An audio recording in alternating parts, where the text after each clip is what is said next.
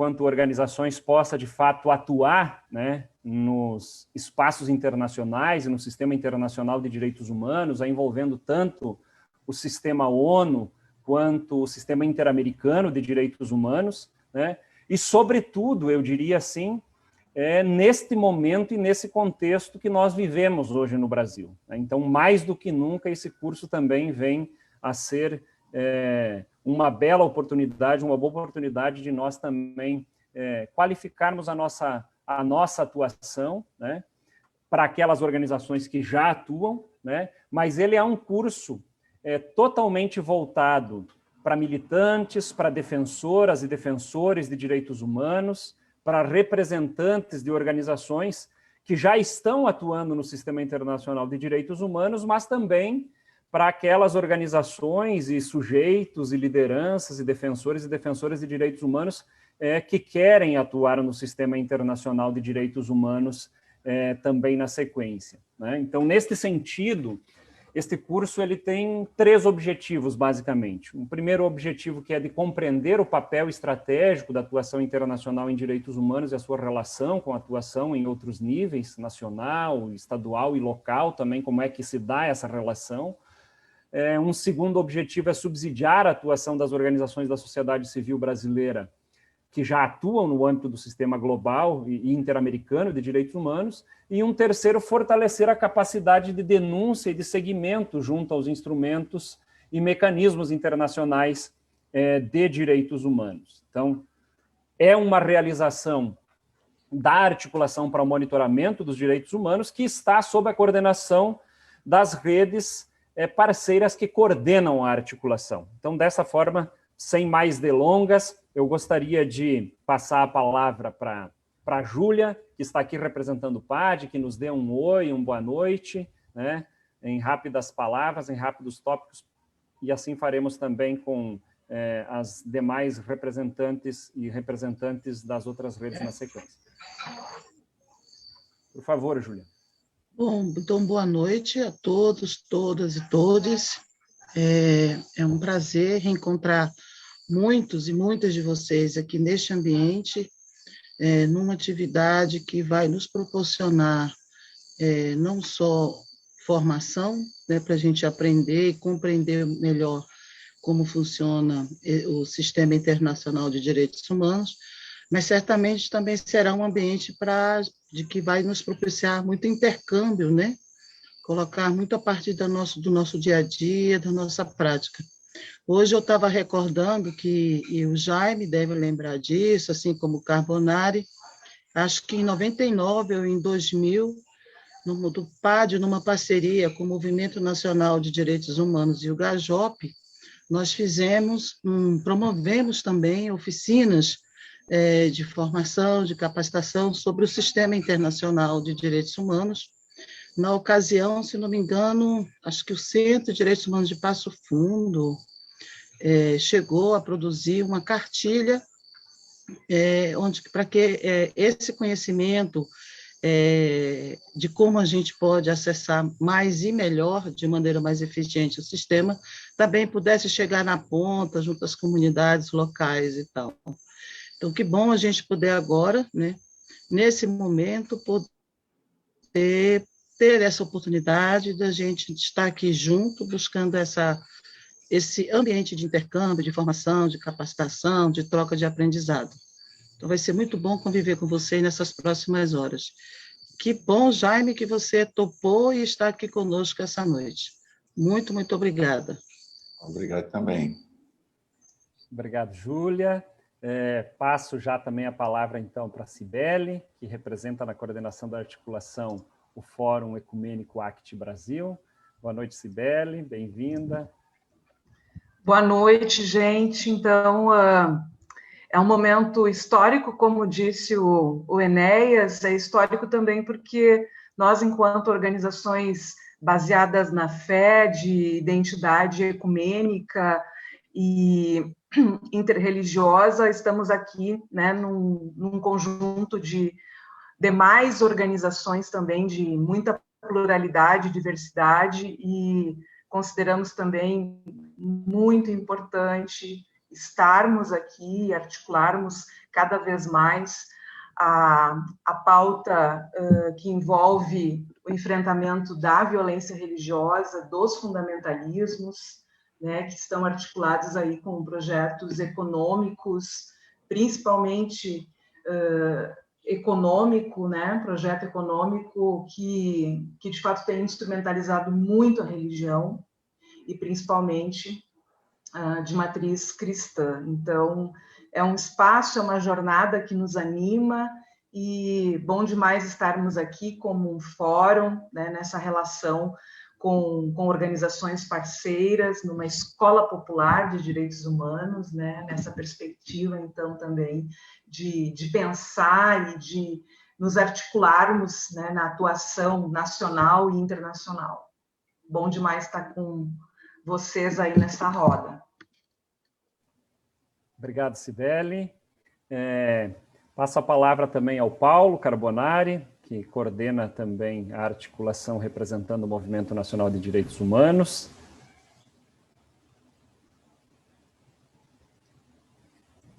Paulo, seu som está fechado. Boa noite, Enéas, desculpa aqui.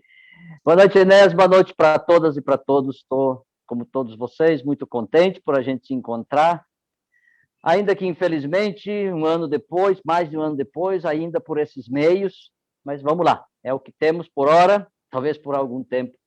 Então, é muito bom para a gente poder também hoje, e nessa semana, começar o segundo curso da Escola Popular de Direitos Humanos. Ontem nós começamos o primeiro, sobre emergências e atendimento hospitalar, junto com a Rede Brasileira de Emergências Médicas, e esse agora de hoje de atuação internacional. Então, inauguramos a escola o ano passado, no dia 10 de dezembro, o nosso querido Leonardo Boff, foi um momento ímpar, e agora, então, iniciando esse curso. Muita alegria poder estarmos juntos e, particularmente, a presença do Jaime. Eu comentava esses dias, Jaime, que não dá para escrever a história da atuação internacional em direitos humanos da sociedade civil brasileira sem passar pelo MNDH Nordeste, pelo GAJOP e, particularmente, pelo Jaime, que foi o grande mentor do DHI, na época, né, do DH Internacional, que coordenou essa ação, nos colocou no mundo, vários de nós aqui, nos iniciou nessa tarefa, lá no final dos anos 90, início dos anos 2000.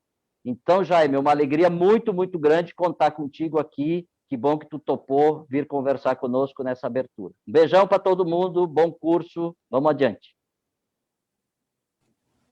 Obrigado, Paulo.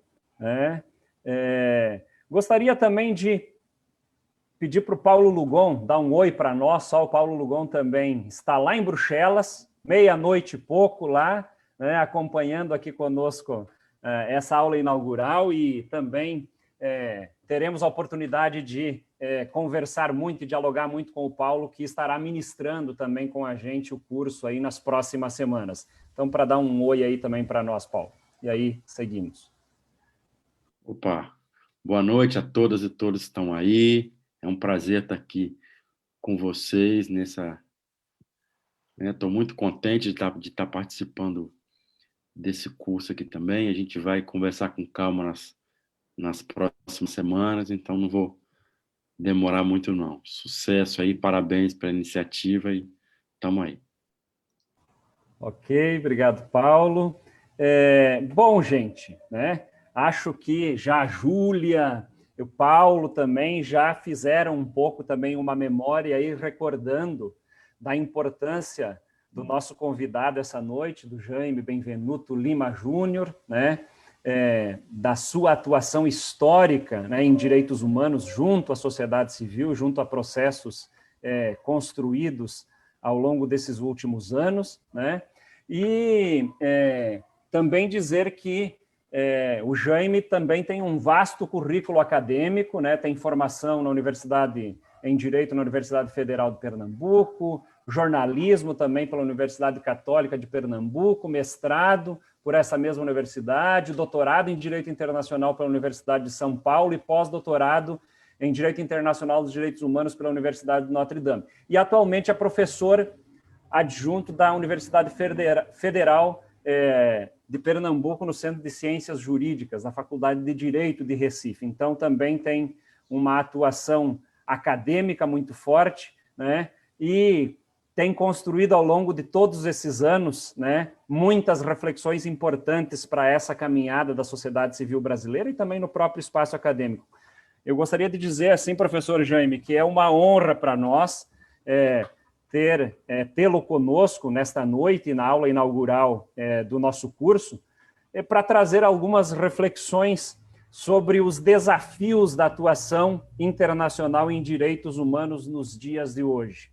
Mais uma vez, bem-vindo, sinta-se bem entre nós e esteja com o tempo à sua disposição também agora para trazer algumas reflexões para nós. Já adiantando que nós também, na sequência, se tratando de uma aula inaugural, não abriremos após a fala do Jaime para perguntas, para questões, teremos muita oportunidade adiante também para nós ir aprofundando debates.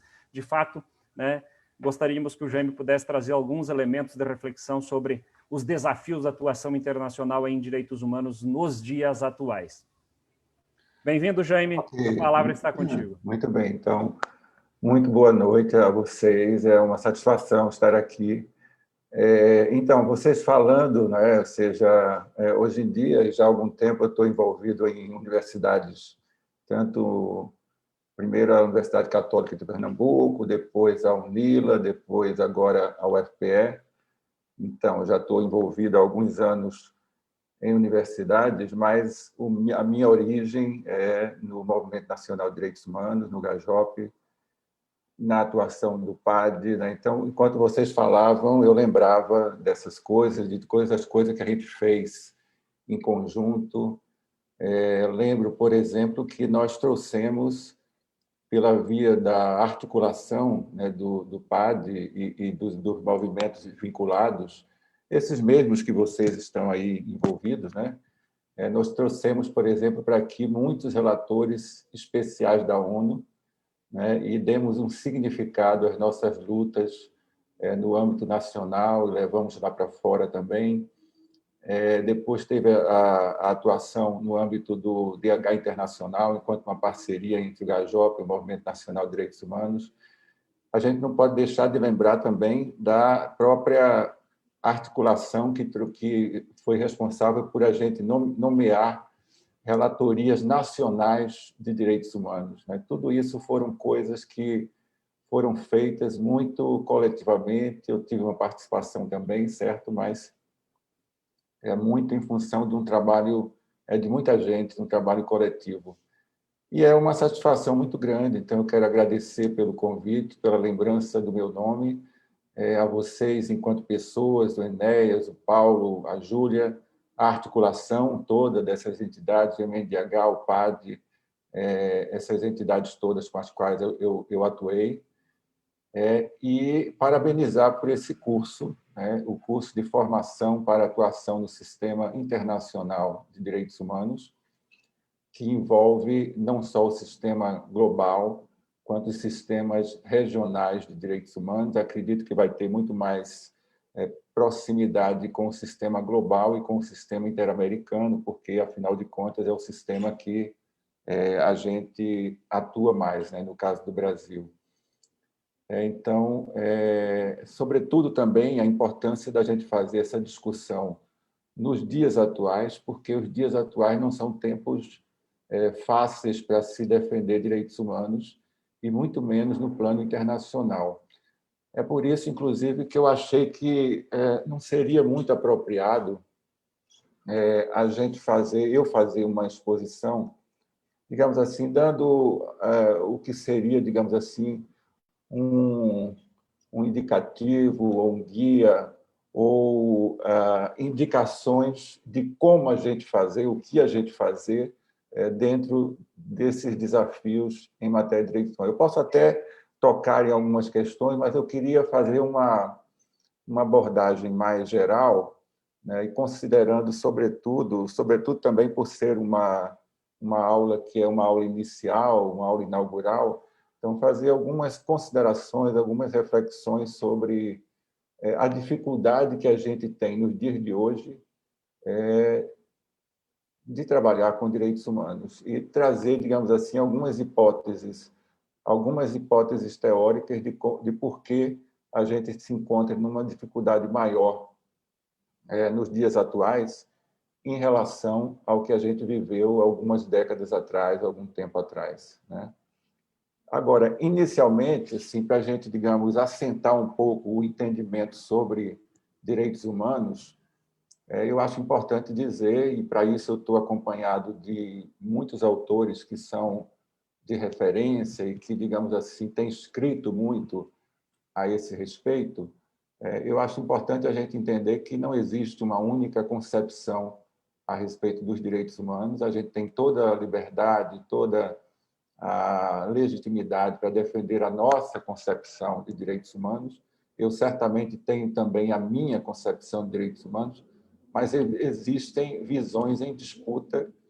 E tem um texto muito importante que eu utilizo muito, tanto no mestrado em Direitos Humanos quanto no mestrado em Direito da UFPE. É um texto em inglês, mas que, enfim, de uma autora chamada Marie-Bénédicte Dambour, chamado Four Schools of Thought, ou Quatro Escolas de Pensamento.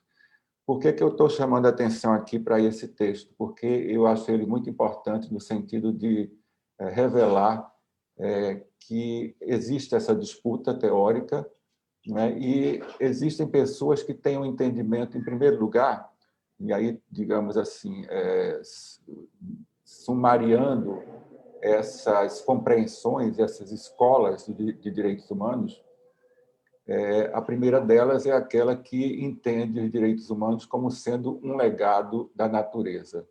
Essa escola é a mais antiga de todas, ela já teve muito significado na realidade humana, e de uns tempos para cá ela voltou, né, e tem muitos movimentos instrumentalizados por partidos políticos, por empresas, empresários, que são expoentes dessa visão. É uma visão naturalista, fundamentalista, embora a gente não deva confundir o fundamentalismo com essa visão mais relacionada à natureza, mas é algo que, digamos assim, dialoga também com essa visão. A segunda visão, mais uma vez, de acordo com a Marie-Bénédicte Dambour, é a visão que vê os direitos humanos como liberdade, né? Então, aí nós vamos encontrar uma série de autores que são muito próximos do liberalismo político, né, e que vão defender os direitos humanos como sendo essencialmente direitos individuais, né? Eles vão fazer uma certa...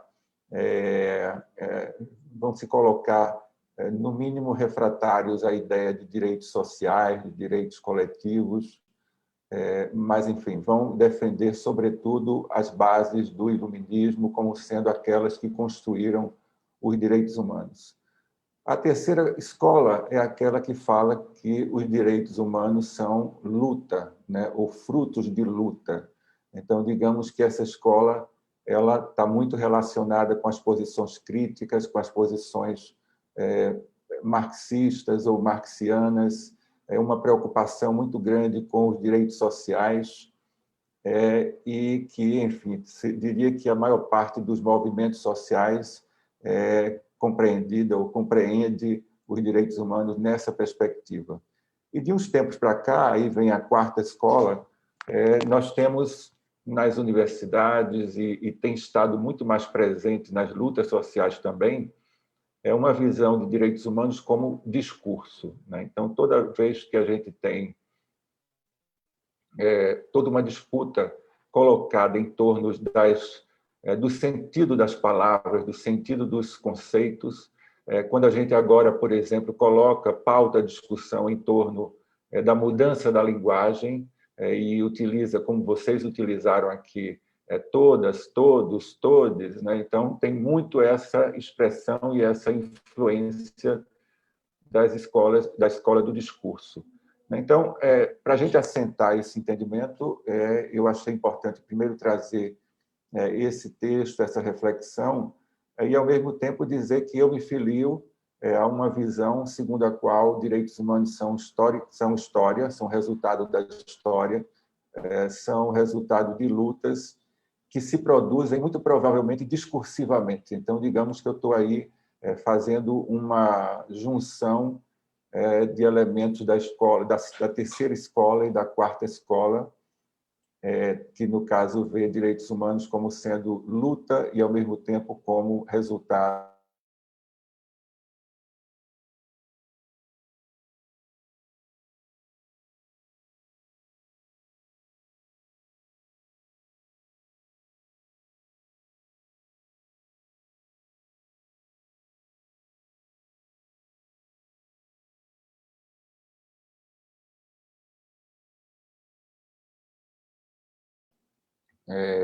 Herrera Flores, né, esse diamante ético que precisa ser o tempo inteiro cuidado, né, para que a gente possa ter uma plena validade dos direitos humanos.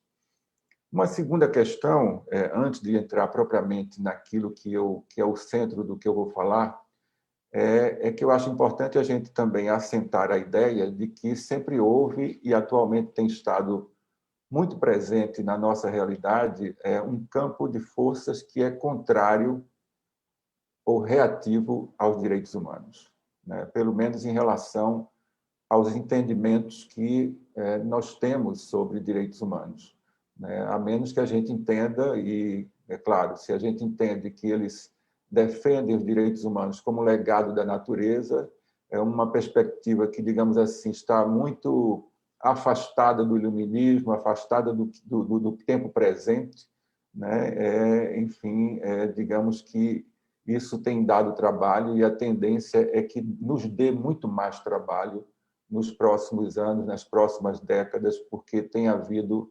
uma... Eu espero que não, né? Espero que seja dentro da ordem do desejo, do que a gente espera que se possa transformar no mundo, a gente espera que as pessoas se deem conta de que enfim, uma visão ultrapassada, uma visão naturalista do mundo, ela não tem mais cabimento. Mas, infelizmente, a gente tem que considerar que muitos movimentos estão muito organizados no mundo com base nesse tipo de visão. Em terceiro lugar, eu acho que a gente deve convir também que, para falar de direitos humanos na atualidade, se envolve uma série de dificuldades. Em primeiro lugar, a dificuldade da gente fazer certas conjecturas de acontecimentos que estão se desenrolando, né? Porque há muitos sujeitos que estão ativos e, hoje em dia, com a emergência das redes sociais, eles estão muito presentes e fazendo coisas que nós não sabemos exatamente quais são as intenções, ou se sabemos as intenções, não sabemos exatamente os métodos e exatamente onde eles querem chegar.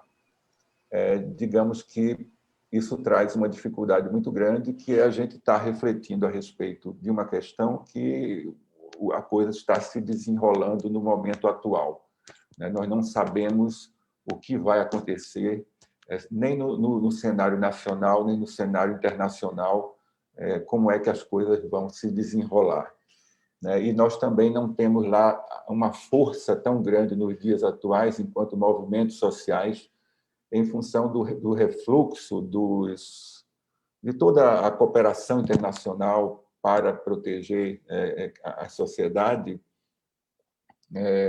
e de outras questões também, mas o fato é que o cenário, digamos assim, é de muita insegurança. A gente não sabe exatamente o que é que está. É como se, para usar também uma metáfora que é muito comum nas relações internacionais, tem uma névoa, né? Tem uma névoa sobre os nossos olhos. A gente não sabe exatamente o que é que está se passando nessa névoa, que é uma névoa relacionada a uma guerra também, embora não seja uma guerra em termos tradicionais. E a segunda dificuldade é a dificuldade de fazermos uma leitura política a partir de discursos contrários ao que defendemos, a fim da gente entender o que é que está realmente se passando nessa realidade atual, na realidade, tanto no plano internacional quanto no plano interno, né? Há autores que trabalham com a ideia de que existe um movimento organizado do ponto de vista internacional, né, para nos fazer voltar a um lugar do passado, e isso inclui, evidentemente, os direitos humanos, sobretudo os direitos humanos, né? E há autores que não consideram, até minimizam essa visão e veem como uma teoria conspiratória, né? Mas, enfim, isso tudo traz uma dificuldade muito grande para a gente se colocar o nosso discurso, né, em relação aos direitos humanos. Então, dito isso, ou seja, colocadas essas questões, assentadas essas ideias, então eu gostaria de fazer algumas considerações sobre o plano internacional, mas também sobre o plano nacional, porque uma coisa está muito relacionada com a outra, né? Ou seja, o que acontece no plano internacional afeta o nacional, o que acontece no nacional também afeta o internacional, e temos visto, por exemplo, o que tem acontecido no Brasil, em função da pandemia, e que isso afeta os nossos vizinhos, afeta... Vou tomar uma água aqui. Afeta os nossos vizinhos, afeta o mundo como um todo, ou seja, o mundo como um todo está preocupado conosco e está preocupado com eles também, né? Porque a partir do que acontece no Brasil, isso pode afetar o resto do mundo, sobretudo a América Latina. E os países estão fechando as fronteiras com o Brasil em função do que está acontecendo no Brasil. Então, não resta dúvida de que essas questões elas se interpenetram, o internacional e o nacional e o internacional. Então, é nesse sentido que eu acho que seria interessante colocar essas questões. Então, no plano internacional, eu acho importante, por exemplo, pontuar que, num certo sentido, como alguns autores têm trabalhado, a Guerra Fria ela ainda não acabou, né? Ela acabou formalmente, acabou lá, aí vai ter uma série de autores que tentam definir quando é que a Guerra Fria terminou. Todo mundo sabe quando ela começou, mas não se sabe exatamente como ela acabou. Se ela acabou no final dos anos 80, se ela acabou no início dos anos 90, ou se ela ainda não acabou. Então, há quem trabalhe com a ideia de que ela ainda não acabou, porque ela estaria se desenvolvendo de uma outra forma, envolvendo outros atores. Se antes a disputa envolvia Estados Unidos e União Soviética, hoje ela envolve Estados Unidos, a China, a Rússia, né? São os principais players internacionais, mas também envolve as empresas, e as empresas têm estado cada vez mais presentes, não só no cenário internacional, mas no cenário nacional. Vocês viram, por exemplo, o que aconteceu esses dias, sobretudo ontem, a aprovação de uma lei, né? Ainda está para, enfim, confirmar, mas tudo indica que vai ser aprovada plenamente, que dá prerrogativa para que as empresas adquiram vacinas, o que significa, evidentemente, uma minimização de tudo que foi construído em termos de um sistema público de saúde no Brasil. E, por trás, tem um lobby muito, muito forte, né, de empresas. E, se essas empresas estão fortes no plano nacional, elas também estão fortes no plano internacional. Ao mesmo tempo, nós temos organizações internacionais, que também são players internacionais. Temos grupos de pressão internacionais, grupos religiosos, grupos contra-identitários.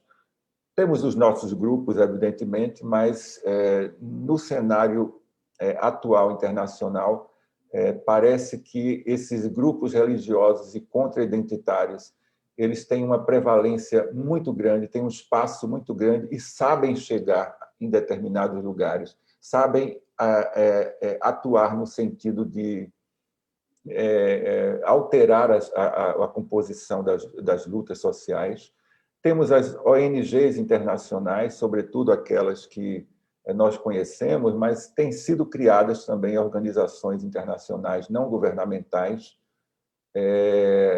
conservadoras, com o objetivo também de disputar espaço, os espaços que nós criamos, que nós ocupamos no cenário internacional. Temos associações de partidos políticos, temos empresas transnacionais e, além de tudo, temos os criminosos transnacionais que também estão, que também atuam e que também interferem nesse cenário internacional. E aí existem dois autores que são autores realistas, conservadores, que, ao meu ver, a gente precisa se voltar um pouco para o que eles dizem, evidentemente que numa perspectiva crítica, né? Ou seja, não para que a gente concorde com eles, mas para entender em que medida, ou a gente refletir em que medida eles estariam por trás das visões e das práticas atuais em matéria de direitos humanos. As mobilizações dos grupos radicais de direita, em que medida elas estariam orientadas por esses autores. O primeiro deles é um autor muito conhecido que escreveu não só um livro muito importante, um livro que é tido como uma referência do pensamento realista e do pensamento conservador também, muito festejado no campo das relações internacionais, que é o Samuel Huntington. Ele é autor do livro O Choque de Civilizações e a Recomposição da Ordem Mundial. E antes disso, um ano e meio antes, ele escreveu um artigo que enfim, causou grande impacto no cenário internacional, sobretudo no cenário dos cursos e das pessoas que refletem sobre relações internacionais, The Clash of Civilizations, ou seja, o choque de civilizações. E ele vê o mundo, ele tenta refletir a respeito do mundo pós-1990, ou seja, pós a Guerra Fria. E como seriam orientados, como seriam vislumbrados os conflitos no mundo, seriam conflitos diferentes dos outros conflitos durante o século XX. Se até o ano de 1920 nós teríamos uma divisão entre o Ocidente e o resto, e se no ano de 1960 ou na década de 60 nós teríamos uma divisão do mundo entre o mundo livre, o mundo comunista e os países não alinhados, a partir de 1990, na visão dele, nós teríamos um mundo dividido em 9 civilizações. Então, ele categoriza e ele busca justificar essa divisão do mundo e a ideia de que os nossos conflitos futuros seriam envolvendo essas civilizações. As civilizações que ele identifica como sendo as grandes civilizações do mundo, as 9 principais civilizações do mundo são a ocidental, a africana, a islâmica, a cínica ou chinesa, a hindu, a ortodoxa, a latino-americana, a budista e a japonesa. E aí cabe a gente chamar a atenção para o fato de que a América Latina é vista por Huntington como uma outra civilização diferente da civilização ocidental. E essa informação é importante para que a gente entenda qual é a visão que ele tem para a situação de perigo tratada por ele como sendo o grande perigo do Ocidente. Então, vejamos, para começar, essa ideia de que a América Latina, na visão inicial de Huntington, é um mundo à parte, um mundo diferente do mundo ocidental, um mundo que é muito mais organizado em função das religiões católicas, do catolicismo, né? E diferente, portanto, do mundo anglo-saxão, evidentemente da Europa, né? Ou seja, nós seríamos completamente distintos.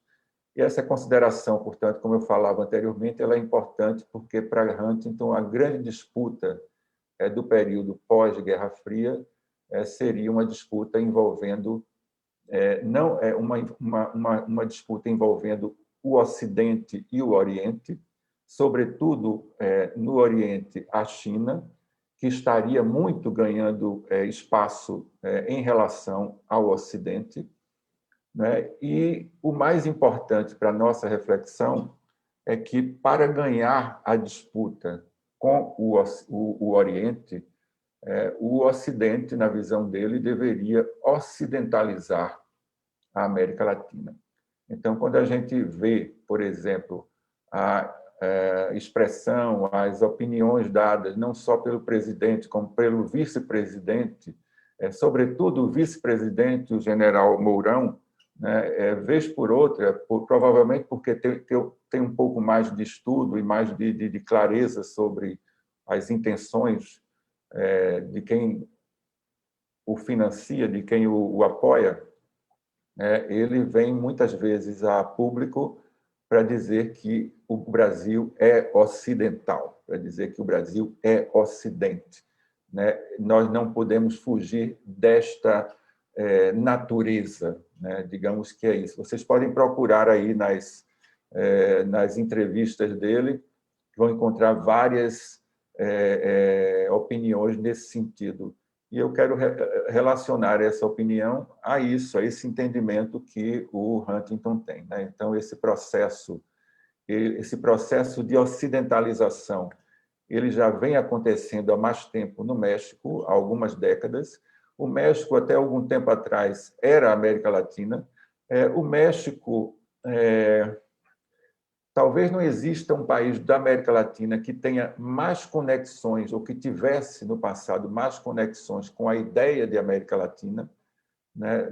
O México, ou pelo México, passaram muitas lutas em torno de uma nova visão do que seria, do que queria ser a América Latina, mas o México foi silenciado e foi transformado em América do Norte, de forma que, em torno de 20 anos para cá, o México se entende como América do Norte.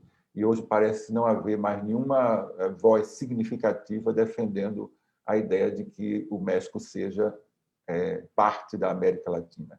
Eles estão articulados muito mais com os Estados Unidos e o Canadá, fazem parte, inclusive, de um bloco econômico, não é, que é com os Estados Unidos, e isso não é à toa, né? Isso está relacionado também com esse tipo de visão.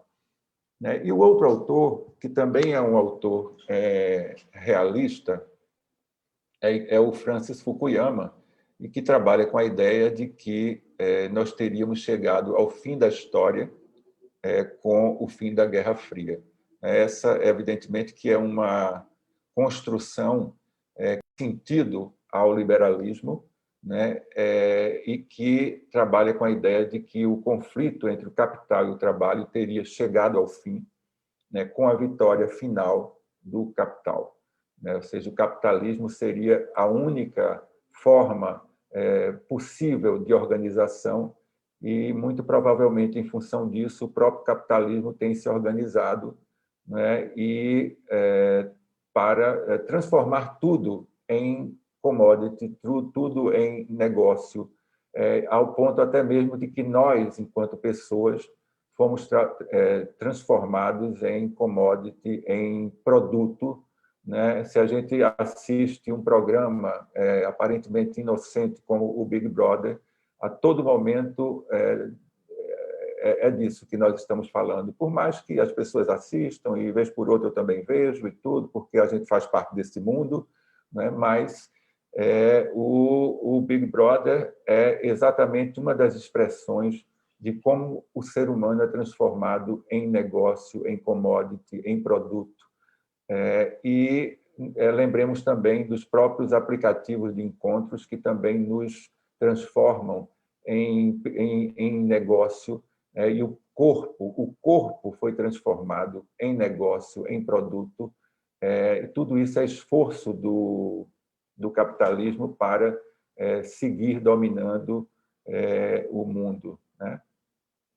Uma outra questão que me parece relevante colocar do ponto de vista internacional, é a superpopulação do mundo, que tem sido apontada pela ONU como um empecilho ao desenvolvimento, né? Tanto no alcance das metas do milênio e também para a concretização dos direitos humanos. Então, num contexto de pandemia, porque a gente não pode esquecer, não pode deixar de considerar que a gente está vivendo uma nova realidade, a gente não sabe exatamente o que é que vai acontecer conosco e com o mundo durante e após essa pandemia, e nem se haverá um após-pandemia, se a gente terá que conviver daqui por diante com esse vírus e tomando vacina, né? Mas, enfim, num contexto de pandemia, o tema da superpopulação, a meu ver, vem alcançando um grande significado, porque o seu tratamento pode resultar na governabilidade do mundo, ou então no retorno a uma anarquia internacional, que era aquilo que a gente tinha até o final do século XIX, início do século XX, antes da criação da Liga das Nações e da ONU, né? Ou seja, antes disso, a gente tinha o que se pode chamar de uma anarquia plena, e há muita gente interessada nisso, né? Uma das pessoas mais interessadas, é o nosso presidente, né? Como era o presidente dos Estados Unidos, o Trump, interessado exatamente em fazer com que o mundo voltasse a uma situação de total anarquia. Eu acho até que nós não temos uma organização, não temos um mundo organizado, plenamente organizado, mas ele é muito mais organizado hoje do que há algumas décadas atrás, do que há 70, a 80 anos atrás, ou mesmo quando da Liga das Nações, né? Por quê? Porque houve uma arquitetura, como se trabalha, houve uma arquitetura internacional para dar governabilidade aos direitos humanos, e essa arquitetura ela está sendo colocada em xeque, e a depender de muitos movimentos, de muitos políticos, isso deveria ser destruído, né? Eles não estão satisfeitos com enfim, as bases do sistema internacional global, as bases do sistema internacional que nós vemos muita limitação nele. Nós, no final dos anos 90, não resta dúvida de que acreditávamos que o mundo poderiam ser ampliadas as possibilidades de defesa, de proteção de direitos humanos no cenário internacional e no cenário nacional. Aqueles mecanismos que já eram vistos como insuficientes, né? A criação, por exemplo, do Alto Comissariado da ONU para Direitos Humanos, a criação de relatores especiais, a criação de comitês de monitoramento dos tratados internacionais, tudo isso era visto como sendo muito distante das populações, e era preciso criar mecanismos mais próximos e capazes de fazer valer os direitos humanos. Mas, depois disso, e muito provavelmente em função do ataque às Torres Gêmeas em 2001, nós vimos esse cenário se desmoronar, e o sistema internacional, digamos que ele foi minimizado, bastante minimizado. Nós conseguimos fazer muita coisa apesar disso, né? Mas digamos que esse sistema ele foi minimizado em função daquele conflito, e que, diga-se de passagem, um conflito que não envolvia apenas Estados, mas também pessoas terroristas internacionais, embora a gente não deva cair simplesmente no conto do terrorismo, né? Acho importante também destacar o fato de que há sinais de que partidos, mas não só partidos, empresas, grupos religiosos, religiosos enquanto indivíduos, grupos de pressão, eles têm se articulado internacionalmente para implementar uma agenda conservadora, e na pauta estão o incômodo, principalmente com os avanços no campo da igualdade de direitos, aquilo que a gente entende como sendo o nosso diamante ético, né? Ou seja, questões relacionadas a gênero e raça. É isso que incomoda bastante. E, diga-se de passagem, eles aprenderam conosco.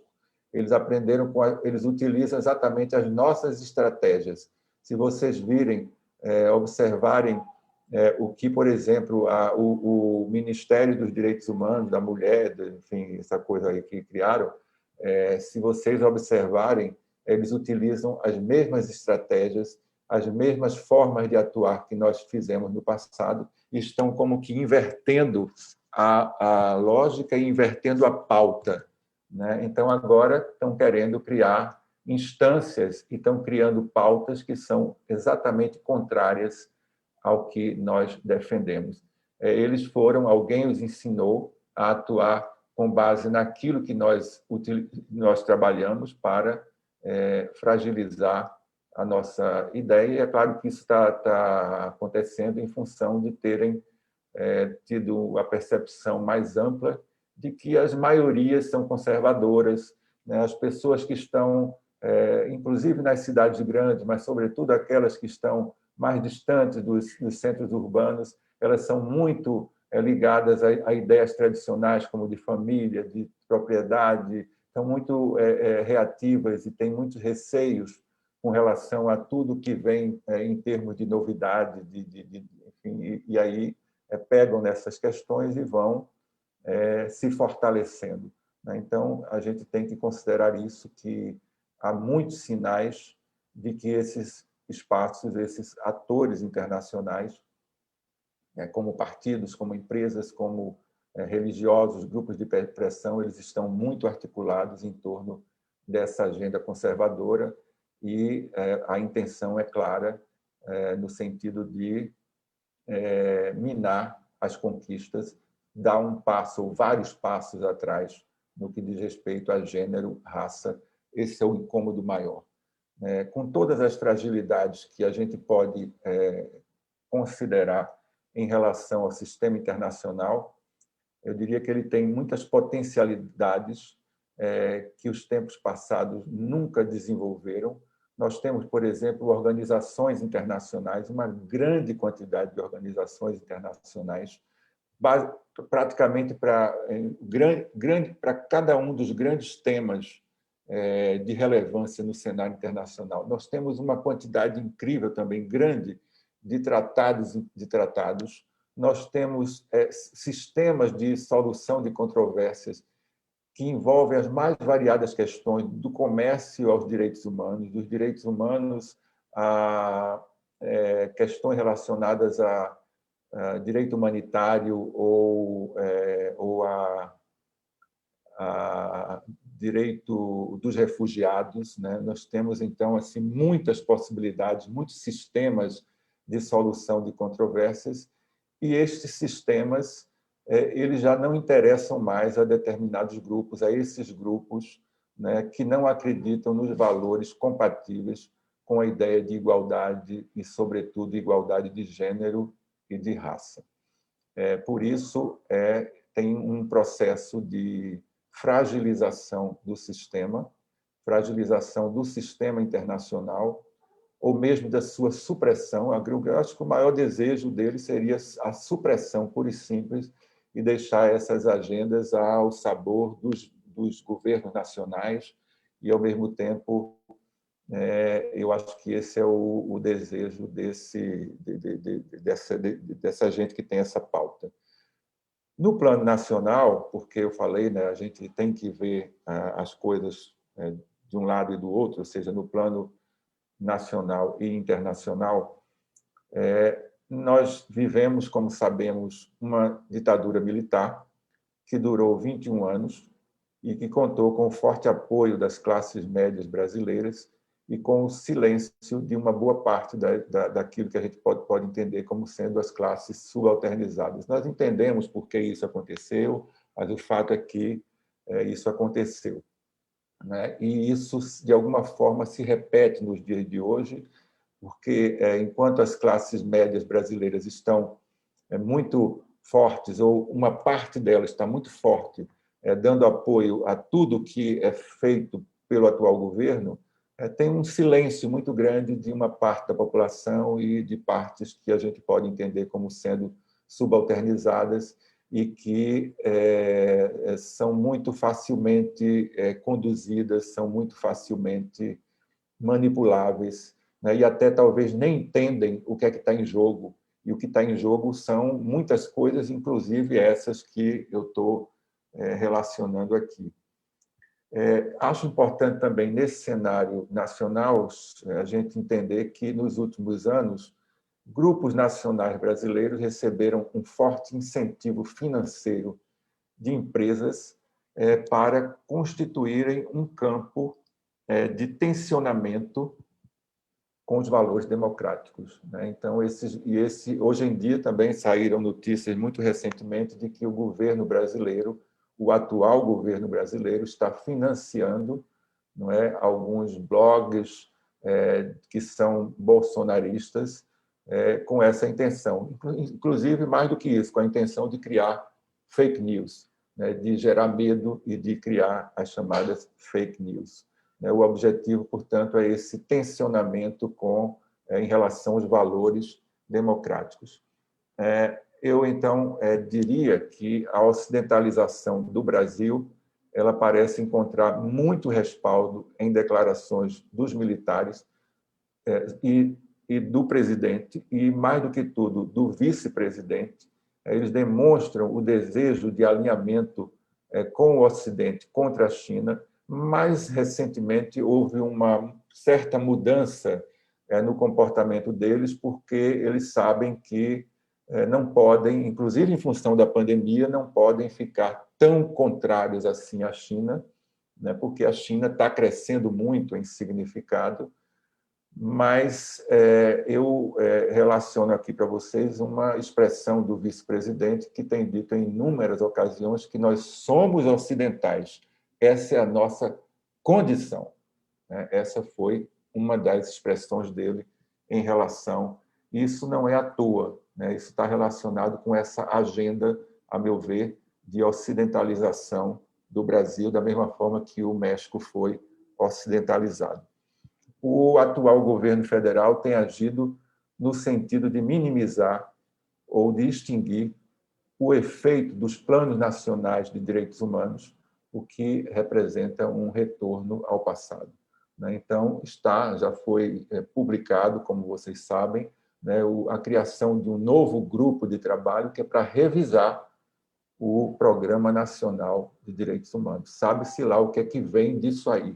E se a gente não tiver capacidade para se colocar contra isso, a gente vamos passar por cima mesmo de nós. A outra questão é que, a partir de 2013, reivindicações por mais direitos elas geraram uma reação conservadora muito grande, né, e que resultou numa redução da agenda de direitos. Aparentemente, segundo alguns autores têm se colocado, as elites brasileiras se mostraram muito receosas e, em relação a isso, eles são muito capazes, diante de qualquer possibilidade de risco, de alteração da realidade nacional, da realidade brasileira, eles se organizam para impedir qualquer avanço. Então, aquelas reivindicações eram em torno de melhorias na área social. Falava-se, por exemplo, em transformar o direito ao transporte urbano em uma grande pauta, né, dos movimentos sociais. Isso foi absolutamente sufocado. Então, aparentemente, as elites brasileiras elas têm um receio muito grande de perder seus privilégios e eles acham que perderiam os privilégios, perderiam direitos se houvesse uma escala de apoio para os direitos sociais, uma ampliação dos direitos sociais para a maioria da população. Eu acho que o grande risco que nós sofremos, embora esse risco ele tenha sido minimizado nos tempos atuais em função da derrota de Trump, mas o grande risco enfim, as forças que defendem essa ideia, elas estão aí ativas, elas estão por dentro das sociedades nacionais, no Brasil, na Hungria, na Polônia, em vários lugares do mundo, e eles querem ampliar essa base de apoio no plano nacional. O grande risco é que o sistema de proteção de direitos, instituído tanto no cenário internacional quanto no plano nacional, a nossa Constituição deixe de existir.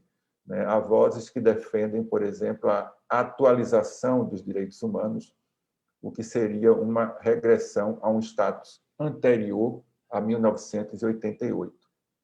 Então, o que é que está por trás? É uma visão de que a Guerra Fria ela foi perdida pela União Soviética, que representava e que defendia os direitos econômicos, sociais e culturais, e, por isso, não tem mais cabimento se falar em direitos sociais. Tem apenas cabimento de falar numa agenda liberal, numa agenda de direitos civis e políticos, e olhe lá. Isso eu já ouvi, por exemplo, junto a colegas da Universidade Federal de Pernambuco, que não vou dizer o curso, porque, para não ficar complicado para mim, mas, enfim, já ouvi de certos colegas em um determinado curso da universidade, pessoas que são mais conservadoras, que a Constituição brasileira ela não é compatível com o atual momento. Ela precisa ser atualizada porque não há mais o padrão de defesa da União Soviética. Não existem mais a pertinência para a defesa de direitos sociais. O que existe agora é o mercado, e é o mercado quem deve definir, e dependendo aí do diálogo nacional, muito bem. Então, a Constituição, tida como garantista, deveria deixar de existir. Estamos em meio, portanto, a esse embate, que é a possibilidade a discussão entre o retorno ao mundo anterior, a 1988, e a manutenção dos direitos conquistados. O futuro ele parece um tanto quanto congelado e é muito desesperador, eu diria. A gente vê que a nossa agenda, a agenda nacional, a agenda internacional também, mas a agenda nacional ela é muito a agenda dos anos 60. E tem um filme, eu vou dar uma referência que talvez vocês nem conheçam, ou se conhecem, ou vão achar talvez engraçado. Mas tem um filme chamado... agora eu vou lembrar o nome, viu? Enfim, é um filme de uma autora, de uma cineasta chamada Fernanda Pessoa. Esse filme está no Netflix. O nome do filme é Histórias que o Nosso Cinema Não Contava. Pois bem, o filme é baseado numa pesquisa que ela fez. Ela estudou numa escola de cinema, salvo engano, na França, e ela estudou as pornochanchadas brasileiras. E ela fez um filme a partir de 20 pornochanchadas brasileiras, inclusive uma que se chamava Histórias que Nossos Pais Não Contavam. E aí ela deu o nome ao filme dela baseado neste título. Então, Histórias que o Nosso Cinema Não Contava. Ela faz uma junção linguística, digamos assim, um estudo linguístico a partir do que era discutido, do que era apresentado nas pornochanchadas, e é incrível como o filme é atual, e ele vai buscar na nossa história, nos anos 70, 80, 60, 70, 80, essas referências, como as preocupações, os medos, as referências são atuais no sentido de que nós não nos descolamos daquela realidade daquela pauta. A pauta está de volta e é a pauta dos anos 60. Né? Nós involuímos. Se nós esperávamos evoluir, nós involuímos. Então, é disso que... Agora, aí eu vou mais, digamos assim, aí eu, depois de ter feito tudo isso, eu vou assentar mais um pouco as ideias aqui, e aí dizer que, de um ponto de vista mais tradicional, né, então vamos pensar em alguns desafios mais racionais, né, para além, portanto, dessa preocupação mais geral. Então, o que é que a gente pode entender como sendo desafios para a gente recuperar a agenda dos direitos humanos, seja no plano nacional, seja no plano internacional. Então, segue sendo um desafio nosso, um desafio dos nossos movimentos, a gente atuar junto às populações, aprender, se os outros movimentos têm aprendido conosco em torno das nossas estratégias, precisamos aprender com esses movimentos conservadores também a chegar às populações para tentar mudar a mentalidade delas em relação àquilo que nós entendemos como sendo mais palpável, mais verdadeiro, mais relacionado propriamente à defesa de direitos, dos direitos humanos. Então, a gente tem visto os direitos humanos sendo colocados como coisa ou como defesa de bandido, e isso encontra um respaldo muito grande em setores populares, em setores da elite nacional também, né, que tem uma visão, costumam ter uma visão muito, muito negativa. Eu sei que eu também tenho minhas dificuldades de diálogo com certos setores, mas não tem uma outra forma que não seja a gente disputando espaço em todos os espaços possíveis para a gente recuperar as nossas agendas e, sobretudo, em matéria de gênero, né, de igualdade para mulheres, para gays, para trans, igualdade relacionada a negros, a índios, né, a ideia de renda mínima, a ideia de que é preciso que os setores com mais possibilidades econômicas paguem pela segurança e, por isso, a agenda da renda mínima ela é essencial. É uma agenda que a gente pode chamar de uma agenda civilizatória, em oposição a essa agenda que é incivilizatória, né, da direita mais radical no Brasil e no mundo. A outra questão, um outro desafio que eu vejo é o desafio da gente se organizar, da gente se planejar, né, fazer o que talvez a gente tenha feito em outros momentos, né, para uma atuação mais robusta, para uma atuação mais próxima dos movimentos e independente dos movimentos, porque os movimentos estão fluidos, estão em todos os lugares onde as pessoas estejam, a gente tem que estar e a gente tem que se planejar para isso, se a gente quiser realmente alterar o padrão violador de direitos humanos, porque é muito fácil ainda, né, tanto nos setores, em setores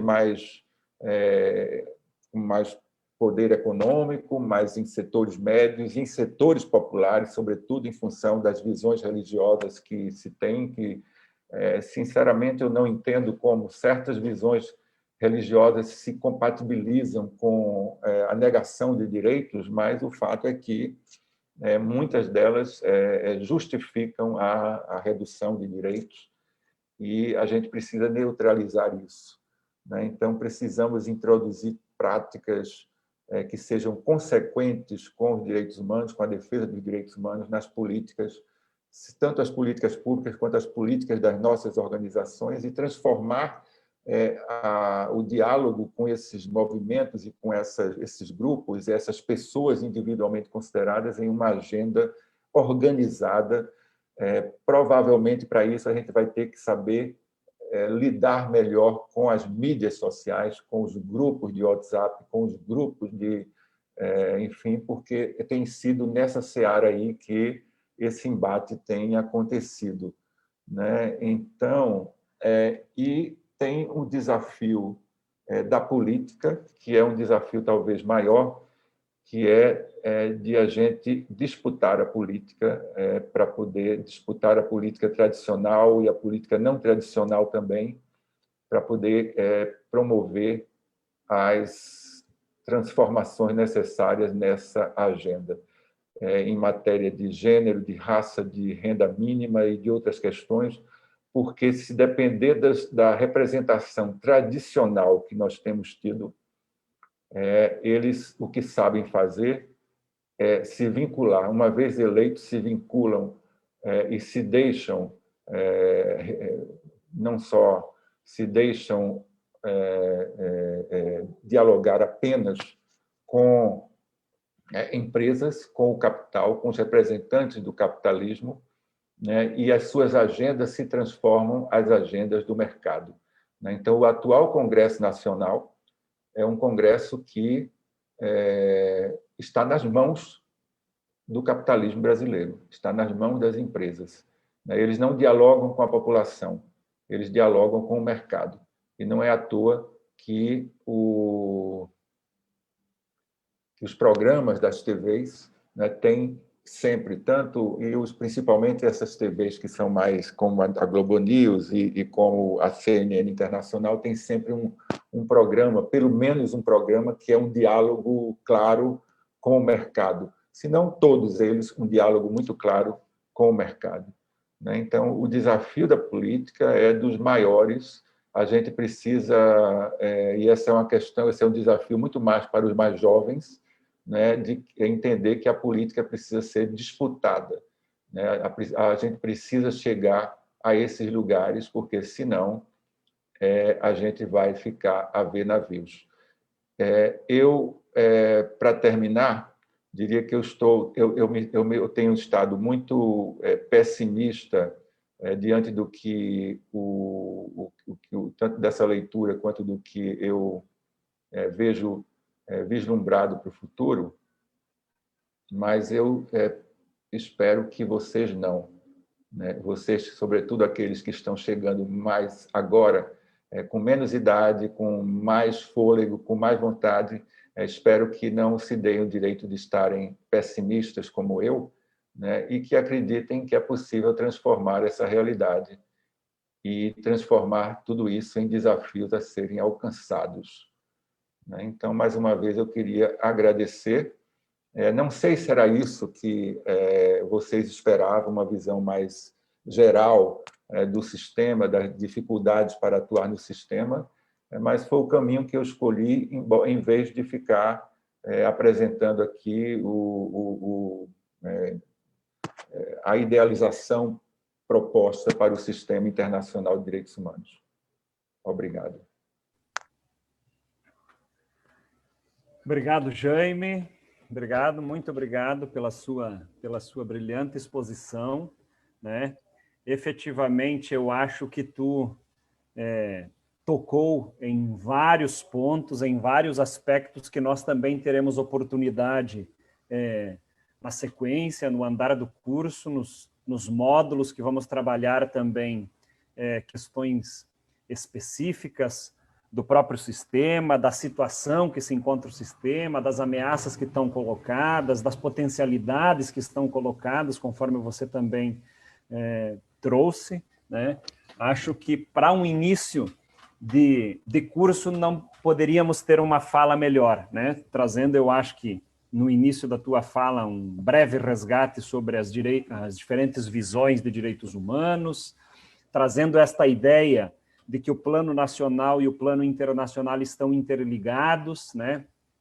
Lembrando justamente nesse momento que a gente vive, o contexto do Covid, né? O que significa o Brasil neste cenário que a gente vive na relação com o continente latino-americano, né? Um Brasil que, na fala do chanceler que se foi, né? Dizia ter orgulho de ser pária, né? Para o mundo, né? É este o contexto e a situação que vivemos como país, né?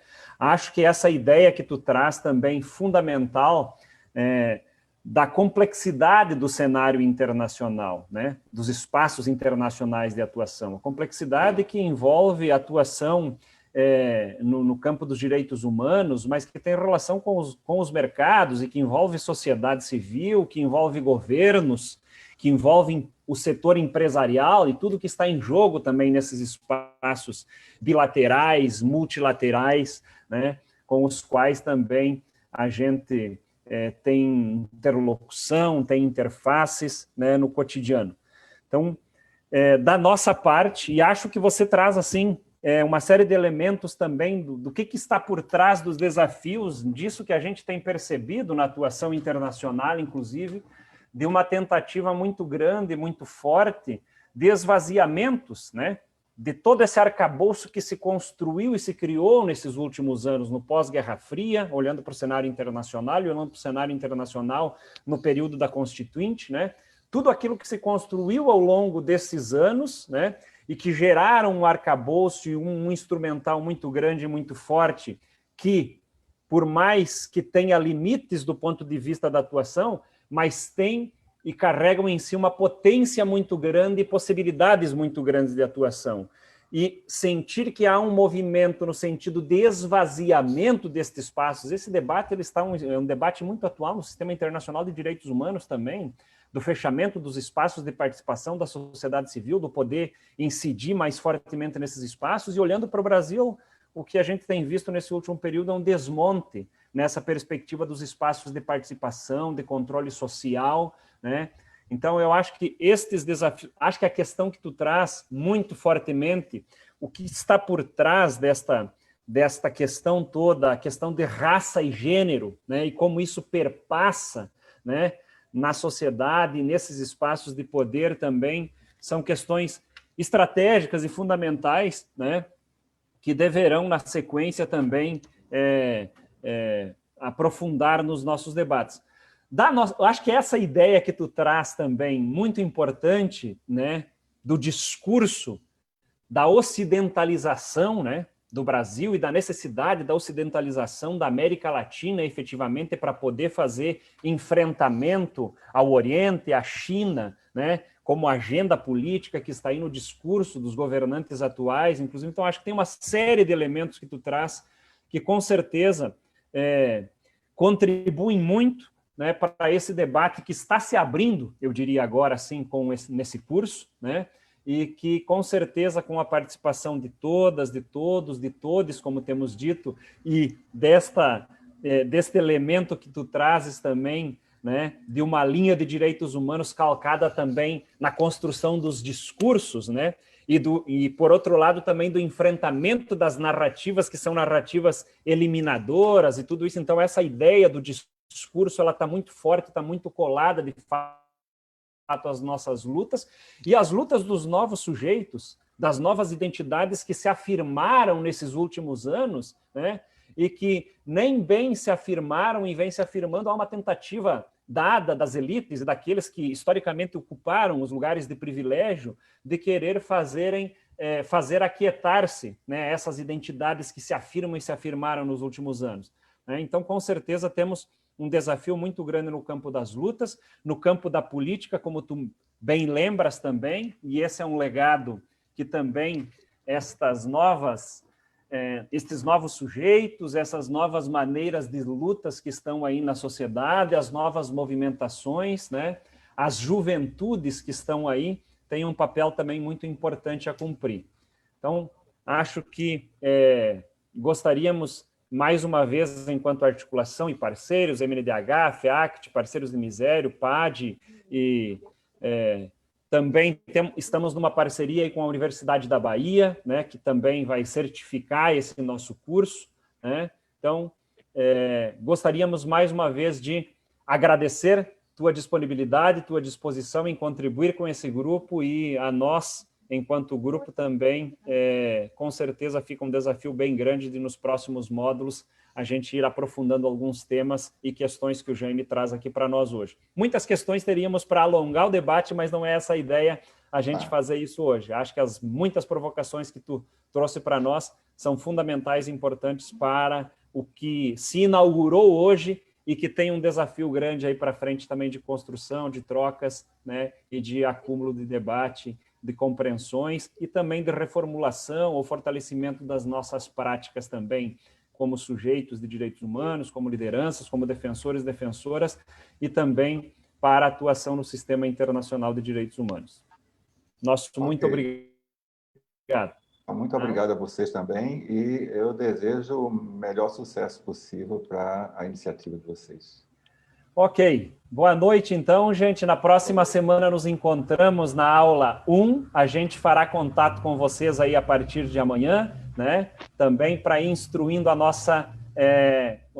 nosso primeiro módulo na próxima semana, na próxima quinta-feira. Tá? Boa noite. Obrigado a cada uma e cada um também pela presença nesta bela aula inaugural que tivemos hoje. Um grande abraço. Grande abraço. Tchau, tchau.